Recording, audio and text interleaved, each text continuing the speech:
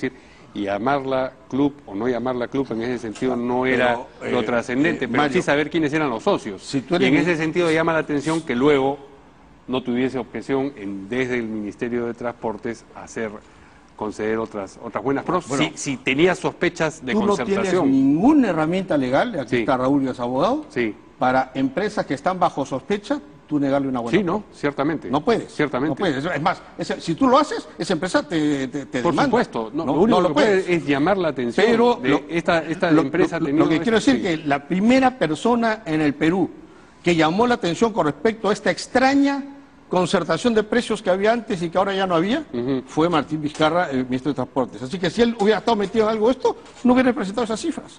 Pero él las presentó no en una reunión de amigos, en el Pleno del Congreso de la República, y estos papeles que tengo yo los tienen los 130 congresistas. ¿Qué fecha fue esa presentación? No me acuerdo, pero, fue la última, pero pensé que la había mencionado, ¿no? sí, fue la última vez que él se presentó en el Congreso. Como ministro. Como ministro, sí. Ajá.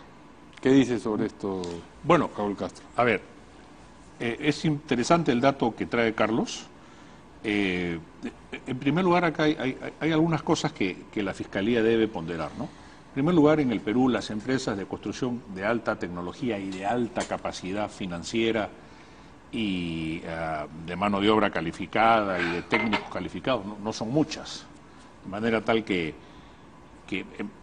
el asunto no es tan grande en términos de cuántas empresas se debe investigar, por un lado.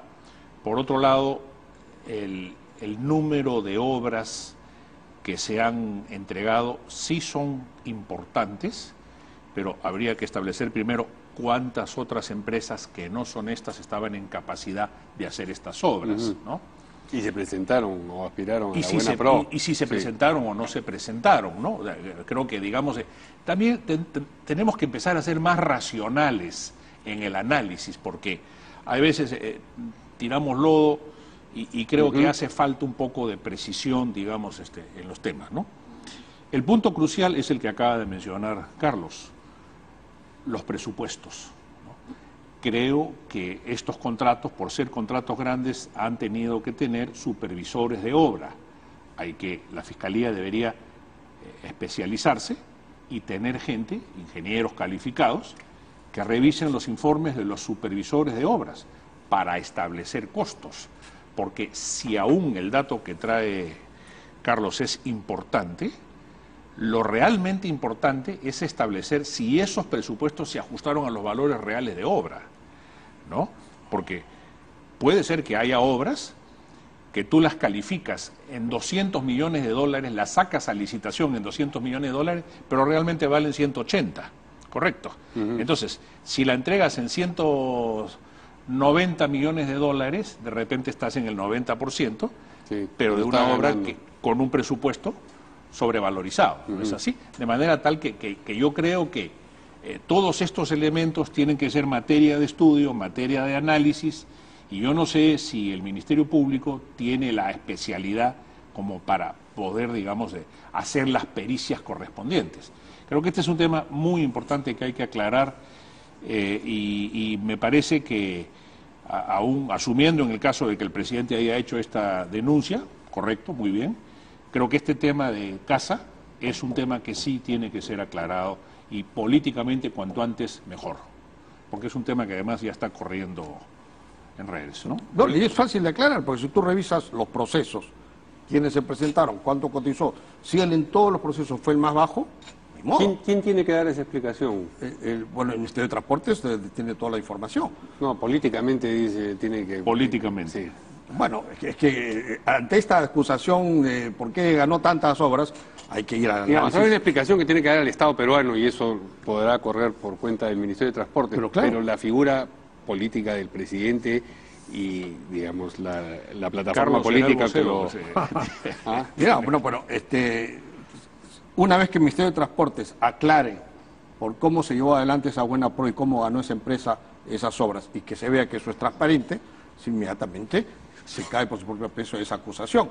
Y más el hecho de que fue el presidente de la República, cuando fue ministro de Transportes, que denunció este caso del club, en el Pleno del Congreso, pues nadie puede decir, ni siquiera insinuar, que él ha estado metido en una cosa de esas, ¿no? No tiene que ser, por ejemplo, el presidente del Consejo de Ministros quien salga a defender Bueno, ya verá el gobierno a su momento quién saldrá, pero aquí lo importante son los hechos, ¿no? Y que una persona, siendo ministro de Transporte, denuncia esta concertación de precios que había en el gobierno de Humala y que ya no la había ahora, y que por supuesto es una situación rara que hay que investigar, no puede estar pues metido. Claro, lo que pasa es que uno tendría la impresión, ¿no?, de que si sale una comunicación oficial del Ministerio de Transporte, las cosas fueron así, o sea, eso no va a contener, digamos, la ola política que toda esta Pero esta esto es muy situación fácil. La Contraloría tiene acceso a todos estos concursos y ellos pueden investigar, aparte de la OCE, pero ya la OCE, ya dejémoslo de lado porque también de la OCE se dicen muchas cosas. La Contraloría, que revise y que vea si la buena pro que obtuvo esa empresa fueron correctas o no. Y por más que esté investigada, mientras no esté sentenciada y impedida de contratar con el Estado, lamentablemente cotiza más bajo y ganó. ¿No? Bueno, precisamente ahora han viajado los fiscales al Brasil, y van a interrogar a los funcionarios de Odebrecht. Pasado mañana se firma el acuerdo.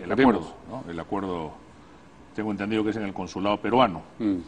Y de acuerdo a ese acuerdo, valga la redundancia, se va a tener acceso al interrogatorio a quienes han participado en estos contratos.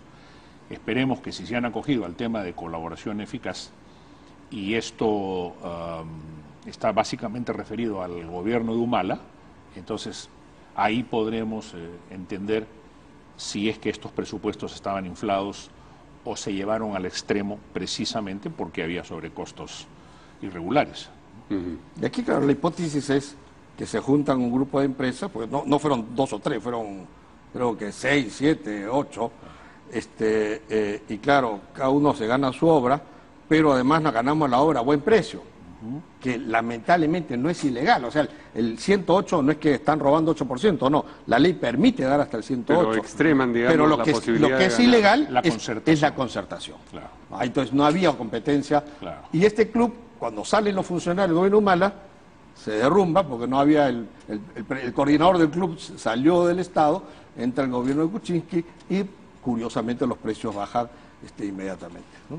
Claro, lo que este testimonio sugiere es que no se derrumbó el club, que solamente buscó un nuevo canal. Lo que las cifras que el propio Martín Vizcarra, ministro de Transportes, puso a conocimiento del Pleno del Congreso, fue que... Depende del valor de la obra, como decía Castro, ¿no? Pero ahí lo quiere decirte que en materia de carreteras, el precio unitario es muy claro. Ahí tú inflas y eso queda... Es como asesinar a alguien y guardar el cuchillo en tu mesa de noche. Eso es fácil de detectar.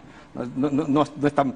Pero sí es claro que para que coincidentemente cambie el gobierno y bajen los precios, es que el club no siguió funcionando y al contrario, los nuevos funcionarios del Ministerio de Transporte se dieron cuenta que había una situación bien rara. Antes se ganaban al 108 y ahora ganan al 98. Quería decir algo, me parece. Sí, no, yo lo que quería decir es que el análisis de la Contraloría es importante y creo que debiera hay un método que se usa internacionalmente que es el método comparativo, ¿no? Comparación de costos de empresas internacionales, otras empresas internacionales que hagan un ejercicio de evaluación o en todo caso de presupuestar la misma obra, ¿no? Con costos llevados a valor presente, etcétera, para saber exactamente, porque ese es un nudo gordiano permanentemente en las obras en el Perú. En el Perú todas las obras terminan en juicios, terminan en arbitrajes, terminan en abandono, hay corrupción generalmente y además no revisten la calidad necesaria que el país necesita. Pero es un tema que yo he analizado, y lo he analizado como ministro de Vivienda también, porque las obras de saneamiento pasa lo mismo. Exactamente. Meten los tubos, echan la tierra, tú ya ni lo ves. Así es. Hasta que de pronto revienta y tiras los desagües a la calle. Lo que ocurre es que el Estado gasta miles de millones al año en supervisores de obra, que se supone que están vigilando tus intereses y que deben chequear que el tubo está bien puesto, que es del material adecuado y todo lo demás, y antes de enterrarlo, y si tu supervisor no hace su trabajo, entonces es plata tirada al agua. Yo he propuesto un proyecto de ley para que el supervisor de obra, cada observación que le haga al contratista, copia a Contraloría. para que por lo menos se sientan vigilados. Obviamente esa observación el contratista tiene tiempo de levantarla, sí. Nadie dice que es nada irregular ni ilegal, pero la Contraloría ya está informada de cada observación de la obra, si la obra va bien o está mal, y el supervisor que asuma su responsabilidad hasta penal cuando ocurren estas cosas, porque aquí ves a todo el mundo está preso, menos los supervisores de obra. Así es. Y este es como decíamos, un nudo gordiano, porque el gran atraso que tiene el Perú en infraestructura es precisamente por esto. Porque los contratos no se respetan, porque los contratos no se cumplen, porque los contratistas abandonan, porque quienes contratan las obras públicas muchas veces luego no tienen dinero para seguir pagando y las obras quedan abandonadas. Cuando se retoman, la obra se ha deteriorado. En consecuencia, es la de nunca acabar. En el Perú, la obra pública es un dolor de cabeza permanente. Aquí tiene que encontrarse una solución. Te felicito por este proyecto de ley. Creo que algo hay que hacer. Porque si no entramos en un camino de solución del tema de la obra pública, ya no va a ser 150.000 millones de dólares el atraso. Vamos a estar en 300.000 millones de dólares y cada día más atrasados. Y además que el funcionario público, cuando ve que cada obra es un problemón, donde claro, se tira para atrás. Ya no firmo, evidentemente. Ya no dejo de hacer obra. Y eso es lo que el país no necesita. A propósito de eso, Mario, yo quisiera hacer una pequeña sugerencia, aprovechar que está Carlos acá. En los gobiernos regionales, los staff técnicos también son cambiados como si fueran staff políticos. Habría que tener un staff técnico preparado por servir, pero que no sea cambiable. Que haya un porcentaje digamos, personal de confianza, un 30%, que pueda cambiar el presidente regional de turno, pero que haya un staff permanente. Pero cuando alguien de ese staff permanente advierta que hay un tema de culpabilidad o de corrupción o de cualquier cosa, si no lo denuncia, va preso. Claro. Entonces, empezar a poner, pues, ya, digamos, candados y empezar a cuadrar las cosas, porque el gran problema del Perú es que las cosas no se cuadran.